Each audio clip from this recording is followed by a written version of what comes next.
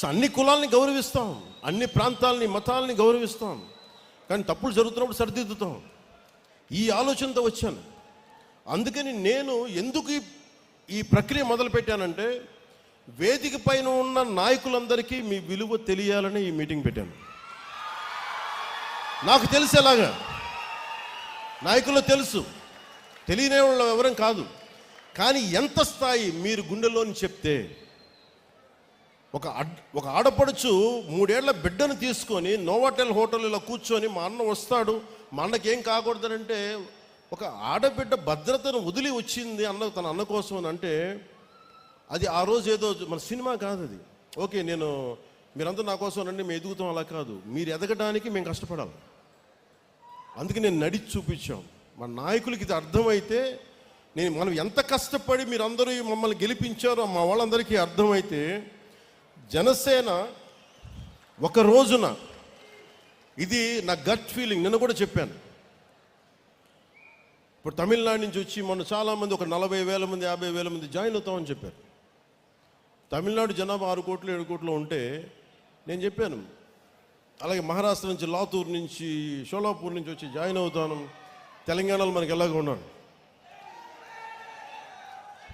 ఒరిస్సా నుంచి, బరంపురం నుంచి వచ్చి మాట్లాడుతూ నేనేం చెప్పానంటే,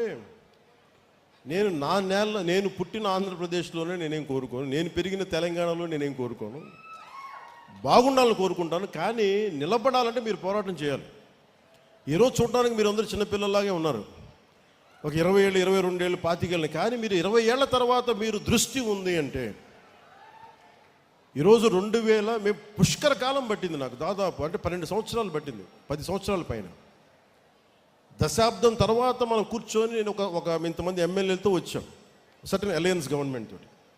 అలాంటిది భవిష్యత్తులో మీ కర్ణాటకలో కావచ్చు, తమిళనాడులో కావచ్చు, లేదంటే ఒరిస్సాలో కావచ్చు, మహారాష్ట్రలో కావచ్చు, మీరు తెలంగాణలో కావచ్చు, మీరు వెళ్ళాలి అంటే మీరు పోరాటం మీరు చేయాలి. నేను దానికి కావాల్సిన సైద్ధాంతిక బలం ఇవ్వగలను, అవసరమైతే నా వనరుల్ని కొంత ఇవ్వగలను మీకు, కానీ మీరు నిలబడాలి. ఇప్పుడు చూశారు కదా, రియా అనే ఒక ఆడపడుచు ఎలా నిలబడిందో, మొత్తం ఒక్క ఆడపడుచు, ఇంతమంది గుండాలు వచ్చి మీద పడితే ఒక్కటే ఫైట్ చేసి తర్వాత మన జనసేన మన నాయకులందరూ వెళ్ళి నిలబడితే అది వేరే, కానీ 3 గంటలు ఒక్కతే నిలబడింది. మీరు అలాంటి మానసిక స్థిరత్వం, స్థైర్యం మీకు ఉంటే, ఇది ఒక రోజున ఖచ్చితంగా ఇది Janasena will become a national party. కాకపోతే అంత తేలిక కాదు, అంత తేలిక కాదు. ఎందుకంటే నేను ఒక్కడిని అనుకుంటే సరిపోతుంది, అది సహజంగా క్రమంగా జరగాలి. సో అది మీరు హాస్యాస్పదంగా ఉంటుంది చూసే వాళ్ళకి, ఇలా అయిపోద్ది అనుకుంటారు. మనం నిలబడితేనే అవుద్ది, కష్టపడితేనే అవుద్ది. కానీ దాని వెనక పదవి అధికారం అనే కంటే కూడా మన దేశం, మన మూలాలు పరిరక్షించుకోవాలి. ఈ మైండ్ సెట్ ఉంటే మటు ఖచ్చితంగా వీ కెన్ గో అహెడ్.